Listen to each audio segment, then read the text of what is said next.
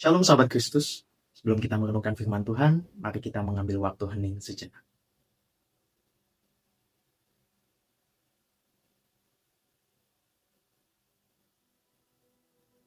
Saudara, bahan permenungan kita pada hari ini terambil dari Injil Lukas, pasalnya yang ke-18, ayat ke-13. Begini bunyi firman Tuhan.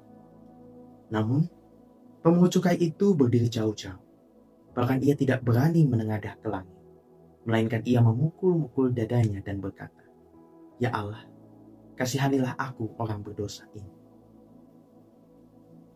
Saudara pernah melakukan kesalahan yang fatal sekali? Mungkin saudara pernah melukai hati pasangan, hati orang tua, anak, anggota keluarga, rekan kerja, rekan sepelayanan, atau mungkin sahabat saudara. Rasanya mau ketemu orangnya pun saudara tidak sanggup. Kalaupun tidak sengaja berpapasan, saudara tidak berani melihat wajahnya. Rasanya mau sembunyi saja atau buru-buru kabur karena malu atas kesalahan yang pernah saudara buat. Nah saudara, itulah posisi dari sang pemungut cukai dalam bacaan kita hari ini. Dikatakan dia berdiri jauh-jauh dari tempat sembahyang di bait suci. Jangankan untuk maju ke depan, untuk duduk ke depan. Menengadah ke langit pun dia tidak berani saudara. Biasanya orang Yahudi kalau berdoa itu agak mendongak sedikit sambil mengangkat tangannya begitu ya, sebagai tanda memandang Tuhan. Tapi saudara, sang pemungut cukai ini tidak berani. Bahkan ada gestur ia memukul dadanya sendiri. Dia malu kepada Tuhan.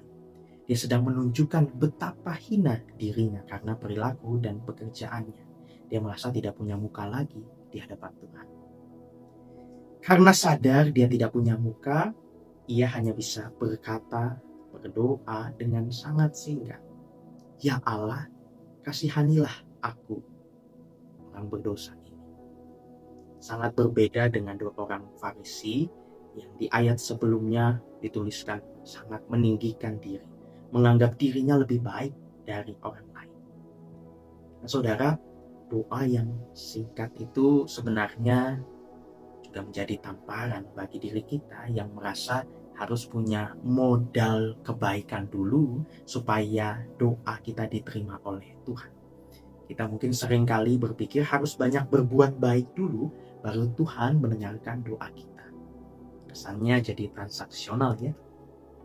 Maka itu saudara, bacaan kita pada hari ini membawa dua tokoh sebagai kontrasnya.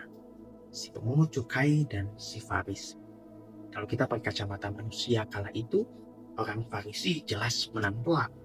Ya Farisi pasti lebih baik dong. Hello, dia rajin berdoa, dia rajin puasa, persembahan, jago lagi soal kitab suci. Beda jauh dengan pemungut cukai yang cuma antek-antek asik. Kira-kira begitu ya saudara. Tapi sang pemungut cukai ini tahu diri ternyata. Dia tidak punya prestasi atau kebaikan yang bisa dipamerkan, jadi dia datang dengan hanya membawa satu hal, yaitu dosanya.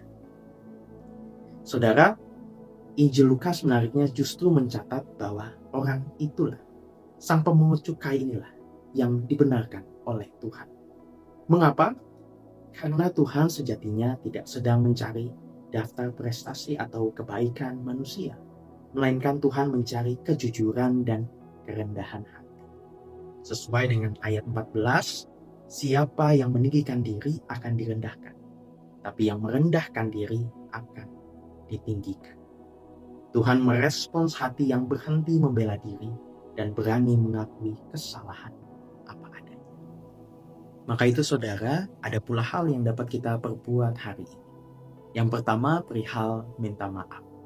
Mari kita merefleksikan diri kita, mengingat-ingat. Adakah seseorang yang kita pernah lukai hatinya? Jika ada, mari kita meminta maaf secara langsung kepada seseorang yang pernah kita sakiti itu. Yang kedua, mari kita ucapkan pelan-pelan dalam doa. Kita katakan, ya Allah, kasihanilah aku yang berdosa ini. Mari kita datang kepada Tuhan dengan apa adanya, bukan ada apanya. Mari kita berdoa. Ya Tuhan, terima kasih sudah menerima kami apa adanya. Kami sadar kami punya banyak salah dan tidak punya apapun untuk dibanggakan di hadapan.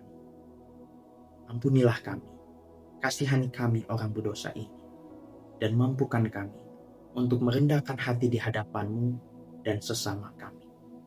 Amin.